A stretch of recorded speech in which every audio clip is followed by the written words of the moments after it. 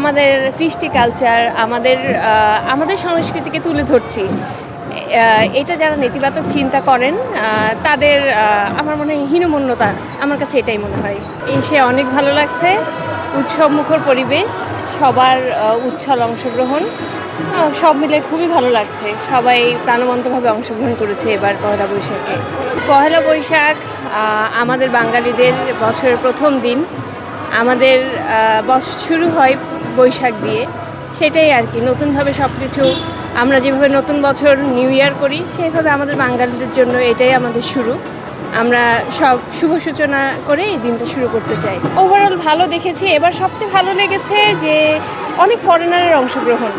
গতবারের এবার অংশগ্রহণ অনেক বেশি, আর সব কিছু খুব ইতিবাচক জিনিস দেখলাম। নেতিবাচক চিন্তা, নেতিবাচক ধ্যান ধারণা কম। ইতিবাচক চিন্তা, ইতিবাচক ধ্যান ধারণা নিয়ে আমরা সামনে এগিয়ে যাচ্ছি। এটাই ভালো লেগেছে এবার নববর্ষের ব্যাপারে। নতুনভাবে জীবনকে আরও সুন্দরভাবে শুরু করা, এটাই। আমরা তো প্রত্যেকদিন নতুনভাবে বাঁচি। বাচ্চাটাকে আরও সুন্দর করে তোলা, এটাই নতুন দিনের আমাদের সবার শপথ হওয়া উচিত, সবার পরিকল্পনা হওয়া উচিত।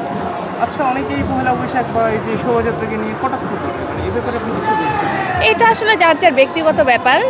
আমি আসলে ওইভাবে দেখি না, কারণ এইটা আমার মনে হয় এখানে খারাপের তো কোনো কিছু দেখি না। এটা আমরা প্রাণবন্তভাবে আমাদের কৃষ্টি কালচার, আমাদের সংস্কৃতিকে তুলে ধরছি।